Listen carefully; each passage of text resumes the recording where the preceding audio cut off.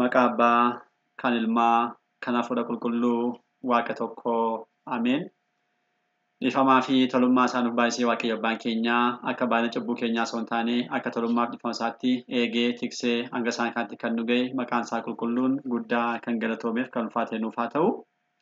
Sagalee kana kan dhaggeeffatan maatiiwwan Waaqayyoo ijoolleen haadha keenya qulqulleettii Dubroo Maariyaam bakka adda addaa kan jirtan hundumti keessan maqaa gooftaa keenyaa fayyisaa keenyaa Iyyasuus Kiristoosiin nagaan isin gaafadha. Akka isaatii bakka jirtanitti akkam bultanii, akkam ooltanii, akkam galgaleessitanii. Ameen. Galateeffamuu nama uumaa keenyaa fayyisaa keenyaa Sillaasee kan ta'e maqaan isaa baddaa samii irratti afaan qulqulloota ergamoota isaatiin afaan qulqulloota abbootii keenyaa fi haadholii keenyaadhaan kan galateeffamu nu birattis guddaa kan galatoomeedhaa fi kan kabajame nuuf haa ta'u. Deessuu gooftaa keenyaa haadha hunduma keenyaa qulqulleettii Dubroo Maariyaam qulqulloota ergamoota Waaqayyoo qulqulloota abbootii keenyaa fi haadholii keenya hunduma isaaniidhaaf akka kennaa isaaniitti galannii fi ulfinni isaaniif haa ta'u. Egaan maatiiwwan Waaqayyoo koorsii keenyaa qo'annaa kitaaba qulqulluudhaan yeroo darbe boqonnaa lammaffaa akka xumurree ni yaadattu.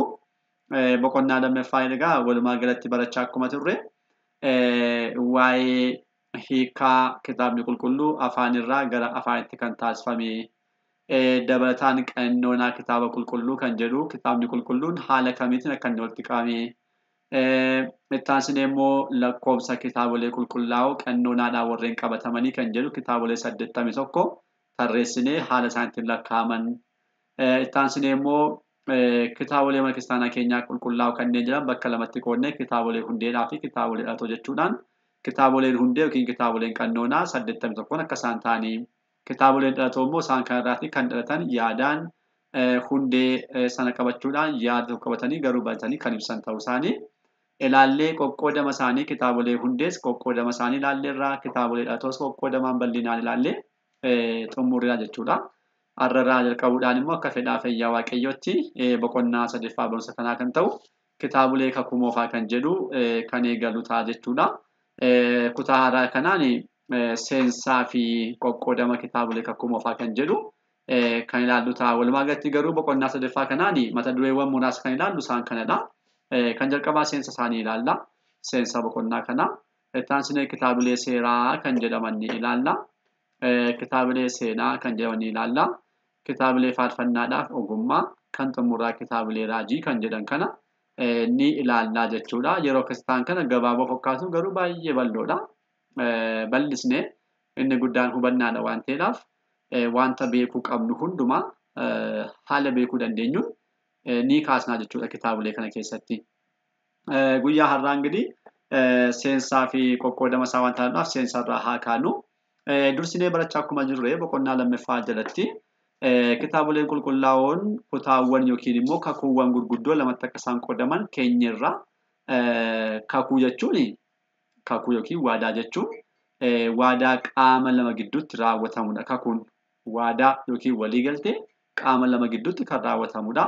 Kunis waliigaltee qomoo lamaa fi isa waliin raawwatamu ta'ee seera waliiniiti. Kun jechuudha. Namoonni kun yeroo kakuu waliif galan seerri kun seerri achitti ta'a jechuudha. Gama lamaaniin iyyuu kan hojjetudha jechuudha. Gara kitaaba qulqulluutti gaafa innu kakuu gaafa jennu jechuudha. Kakuun namaaf kan kennameedhaa fi namoonnis immoo amantaadhaan kan fudhatan waadaa fayyinaati.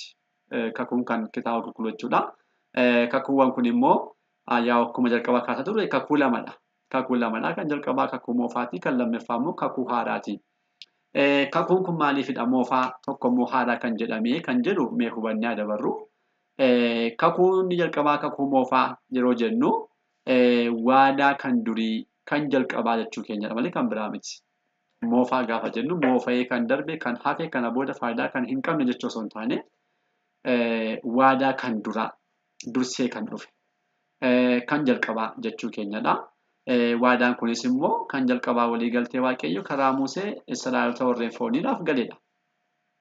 Kitaaboleen barreeffamuun achirraa kan jalqaban guyyaa har'aadhaa gara dudduubaatti yommuu deebinu naannoo waggoota 3,500 dhalannaa Kiristoos irraa immoo gara boodaatti waggoota 1,400 gidduutti kitaaboleen horiitti barreeffamaniiru.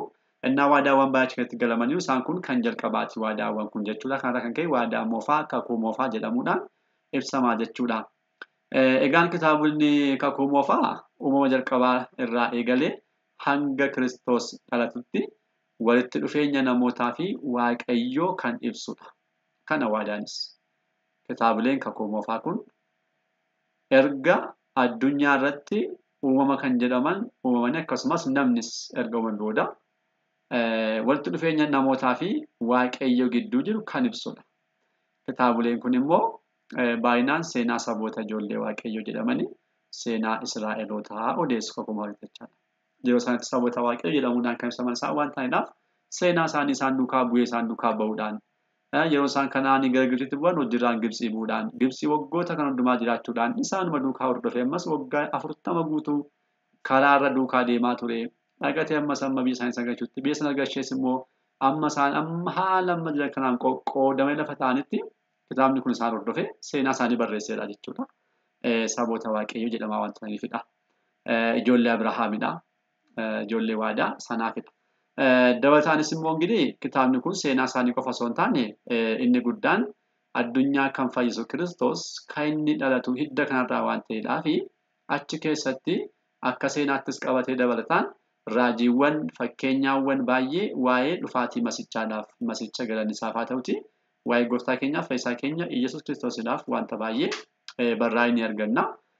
Kitaabni raajotaa raajiiwwan 16 sun faarsaan Daawit, kitaabni Musee, kitaabni seenaa mataan isaa seenaa kanneen jedhu gara fuulduraatti bal'isee kan ilaallu isaan kun hundumtuu waa'ee Kiristoos kan odeessanidha.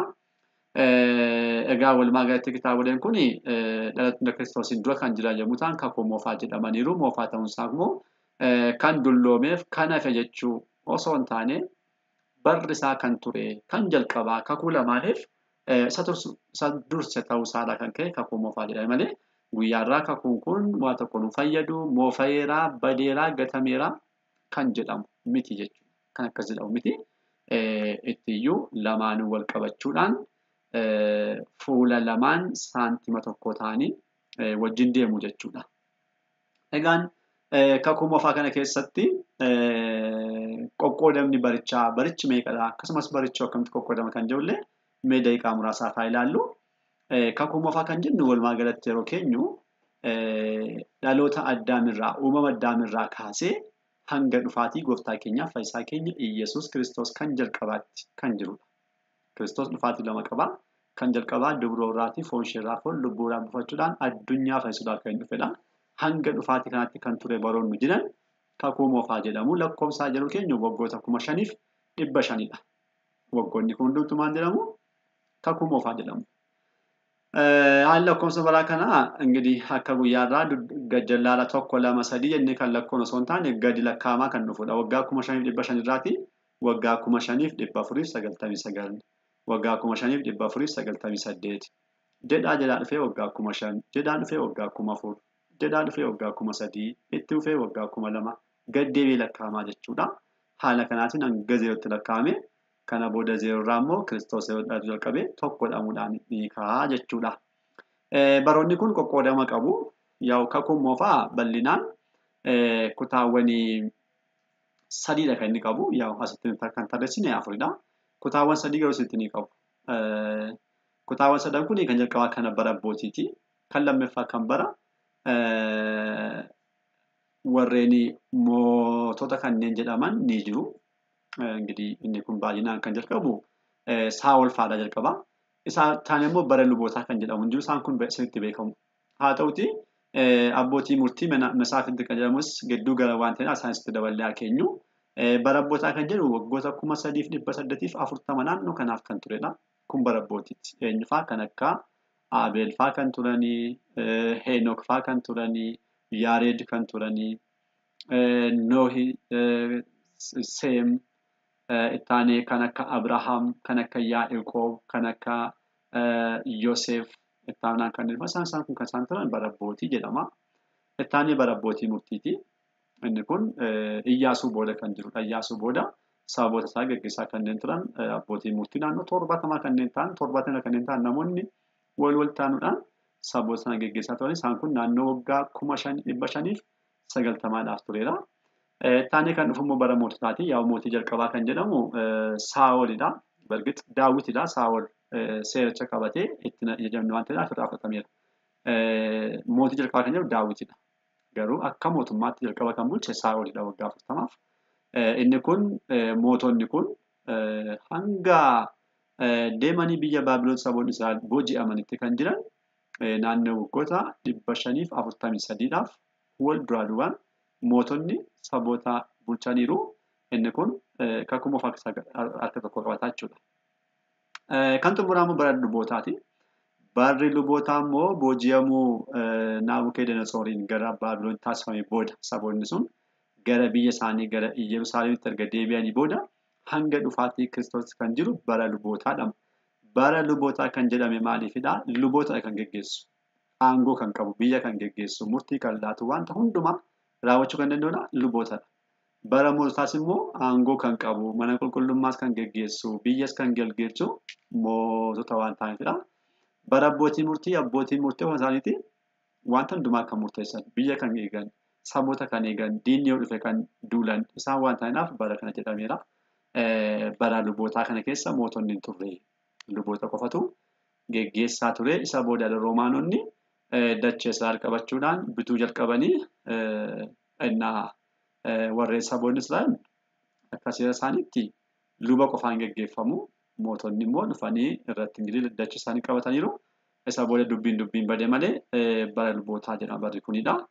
Hanga dhalannaa Kiristoos kan jiru waggoota 526 barri lubootaa tureeraadha. Qoqqoodamni barichaa kana fakkaata walumaa galatti. Egaa itti aansinee kan kaasnu gara kitaabileetti haa dhufnuti. Kitaabileen bara kana keessa barreeffaman kitaabilee kakuu moofaa jedhamu salphaadhumatti. Baroota mata duree keessa kan turan kitaabilee kakuu moofaadha. Kitaabilee kana immoo dursinee boqonnaa lammaffaadhaa akkuma dubbanne kitaaba qulqulluu bakka lamatti qoonneerraa kakuu moofaadhaaf kakuu haaraa jenneerraa. Kakuun moofaa kitaabilee 46, kakuun haaraa kitaabilee 35. Kitaabileen 46 kakuu haaraa bakka 4tti qoodamu kutaa seeraa, kutaa seenaa, kutaa faarfannaadhaaf ogummaa kana furfamu kitaaba raajii jechuudhaan qoqqoodama kana haala kanaatiin keenye adda ba'uun keenya ni beekama. Kitaabileen seeraa warreen jalqaba jiran Museedhaan kanneen barreeffaman kitaabilee 5 akka isaan ta'anii. Kitaabileen seenaa warreen ta'an kan seenaa kanneen dubbatan kan akka Masaafinti, kitaaba Iyyaasuu, Ruut, Aasteer kan jennu kana Yoosef Wolde kan jenne kan tadeessine sana. Kitaabni faarfannaadhaaf ogummaa kitaabilee kan akka Iyyoob, kan faarsaa Daawit, kitaabilee ogeessa Salamoon 5, dabalataan kitaaba Siraak jechuudhaan kanneen keenya sana isaan kun isaanidha.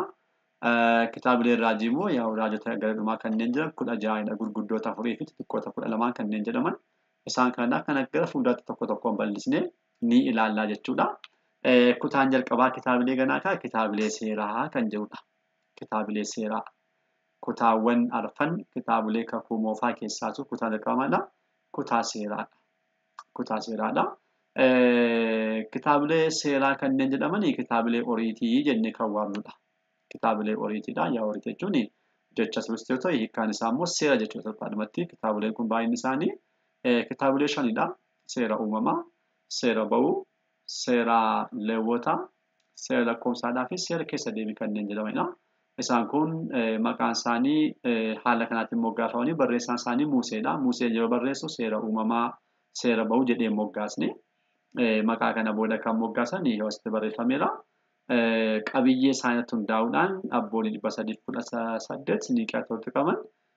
Qabiyyee isaanirraa ka'uudhaan maal jedhamu seera uumamaa waa'ee uumamaa dubbata waan ta'eedhaaf seera uumamaa haa jedhamu. Seerri ba'uun waa'ee saboonni Israa'el biyya Gibxi keessaa ba'uu dubbata waan ta'eedhaaf seera ba'uu haa jedhamu. Seerri leewwotaa waa'ee lewwiidhaaf ijoollee isaa, waa'ee lubummaadhaaf, waa'ee seera mana sabootaa fi waa'ee seera mana qulqullummaa wanta seera dunkaana horiitii waan dubbatuudhaaf seera leewwotaa haa jedhamu. Seerri lakkoofsaa immoo waa'ee lakkoofsa saboota Israa'el wanta dubbatuudhaaf seera lakkoofsaa jedhamu. Keessa deebiin immoo isaan kana hundumaa keessaa funaanamee Museen keessa deebi'uudhaan irra deebi'ee yaadachiisuudhaaf seerota hundumaa keessaa beekalee naannoo kan akka seera leewwotaa, seera ba'uu, seera lakkoofsaa keessaa kan inni funaanee deebi'ee barreessee waan ta'eedhaaf keessa deebii beeka. Riiviizhinii yookiin keessa deebi'uudhaan ilaaluudhaan barreessuudha jechuudha. Kanumaan moggaafameera mukaa isaanii garanaa. Kanatti aansuun egaa kitaabilee kana kitaabilee seeraa jechuudhaan tokko tokkoon tarreessinee kan itti ilaalludha. Har'aaf asitti nu haa ga'u isa kana kutaatti amma jalqabne akka fedhaaf eeyyaa waaqayyotti fufna. Kanarraa asumarratti nugaa abbaa sagalichaa kan ta'e waaqayyo abbaa keenyaaf galanni ulfinni guddaan isaaf haa ta'u. Kutaa itti aanuun hanga deebinutti nagaa waaqayyootiin turtii gaarii galanni waaqayyoof.